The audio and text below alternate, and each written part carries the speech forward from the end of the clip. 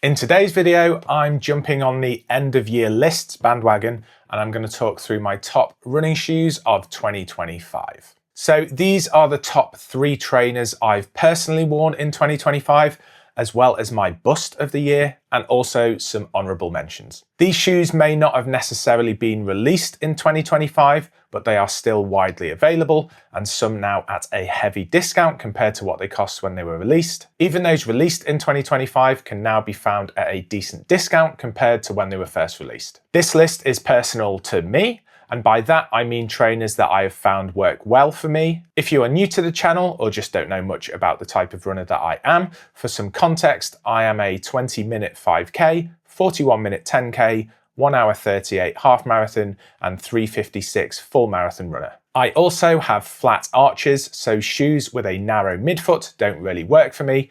I also favour trainers with a degree of stability, so a bit of a spoiler, you're not going to see things like the Adios Pro Evo 2 or an Asics Metaspeed Ray in this list. So with that out of the way, let's get started. There are full reviews of all of my top 3 shoes, so I'll link them as I talk about them and also as a playlist at the end card at the end of the video. In at number 3 is my workhorse trainer from this year, and that is the Nike Vomero Plus.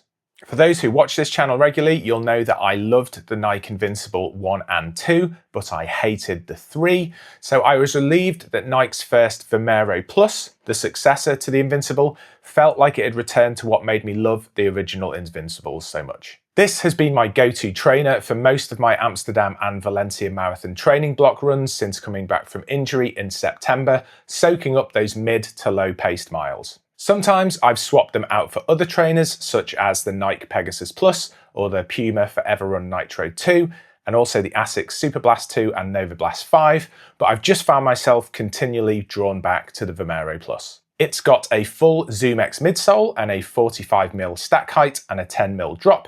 It's incredibly comfortable to wear with a plush tongue and well padded heel collar. I did find them large to size, swapping out my original UK 13, my size in all other Nikes, for a UK 12, which have been fine. It's got a very grippy outsole, which has been great in these autumn and winter months. It's a bit of a chonkster, weighing in at 360 grams in my UK 12, and it's not the trainer I'd reach for those quicker sessions, but I found it to be dependable in all weather conditions with a good amount of stability, despite it technically being a neutral trainer. It suits my flat arches well with a wide midfoot, where my arches don't feel like they're pressing up against the sidewalls. Upon release in the UK, these were £155, which was actually a price cut based on the Invincible 3, but depending on the colourway, you can now find them for around £100, which is a cracking deal if you can get them in your size. Next, in at number 2, is another from Nike, actually released in late 2024, but it's still very much available today with new colourways frequently released, and that is the Zoomfly 6.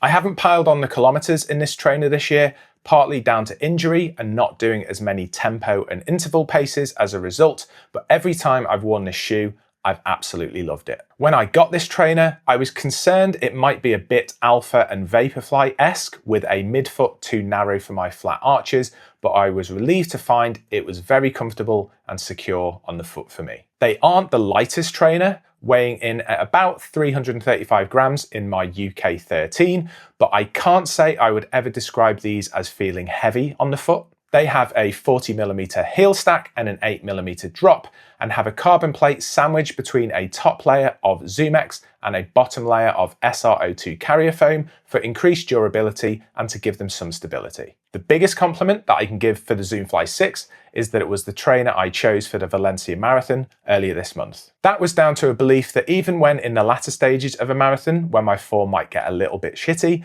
I had the confidence that the Zoomfly 6 would look after me. And that it did. In the first 25k, when I was running very consistently, they were an absolute dream on the foot. When my pace fell off the cliff a bit, between 25 and 40k, they didn't punish me and it kept me feeling confident and with reasonably good form. In the final 2.2k, when I had a Hail Mary blast to the finish, they came alive again and helped propel me to a new marathon personal best, with a final kilometre my fastest of the whole day. All of this despite a less than ideal training block in the lead up, where I limited myself to 3 runs a week and dialed the intensity right down. Similar to the Vomero Plus, These were £155 upon release, but I've recently seen a few colourways available for around £100. So for that price, I might just be seeking out a second pair. Before I get to my number one, I'm just going to talk about my bust of the year. I might get some heat for this, but my bust of the year is the Puma Foreverrun Nitro 2. The reason I bought this trainer was that it came up on a deal for around £80 in the UK around Black Friday, and I'd seen some really strong reviews of it. Coming from a stability trainer background, but having not had a pure stability trainer for a few years, I was keen to see how the technology had evolved in this segment. I thought the Vomero Plus was the heaviest trainer I've worn this year, but the Foreverrun 2 tips the scales at over 376 grams in my UK 13, about 16 grams heavier than the Vomero Plus. There is a lot of good to like about this shoe. I really like the midsole. It felt like a step up from the Nike Structure range that I used to favour. I also like the upper, well, parts of it. My first couple of runs seemed to pass without issue, but they were only really shorter distance runs. My issue with this trainer that almost derailed my Valencia Marathon training is the lace bite, and oh my god, it's the worst I've experienced in my entire history of running. I really struggle to understand why Puma went for a tongue with basically zero padding in a heavy daily workhorse trainer. I ran the Alton Towers half marathon in these, and the tops of my feet around the lace tie line were in excruciating pain by the end of the run. I had to stop 3 times in the race to try and make adjustments to make the pain more bearable. And before anyone makes suggestions of trying elastic laces, I already have. Over the next couple of weeks, this area of my feet was incredibly tender to the touch, and I had to switch around my training in the immediate aftermath as running was just too painful for a few days after this run. I like the other elements of this shoe a lot, so I'm willing to give them a second chance. I've actually bought some tongue padding inserts to try and put a bit more of a barrier between my foot and the laces, so I'll see how I get on with that in the new year. It is strange because I have other trainers with minimal padding in the tongue, but none of them have given me this issue. Right, onto my honourable mentions, but before that, if you are new to the channel, please consider subscribing. A whopping 98% of my viewers over the last 90 days aren't subscribed. That's actually more than I thought.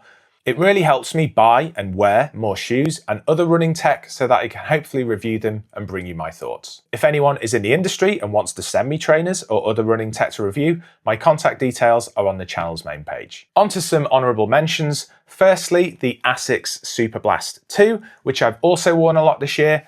I'm onto my second pair and I've probably racked up over 1,000 kilometers in both pairs combined. But I've started to feel the impact of wearing the largest size they make, a UK 12, not being quite as big as I would like, which would be a UK 13, and I suffered a bit in them as a result during the Amsterdam Marathon, where I was on my feet for about 5 hours. I've also put a few, but not enough kilometers for them to be in my top 3 through the Adidas Evo SL, which I got quite late in the year. They've been fun to wear over short distances, very responsive and very light, 286 grams in my UK 13, but I'm not convinced they give me the protection or stability I really need for my foot pace over slower paces or longer distances. So the moment has arrived.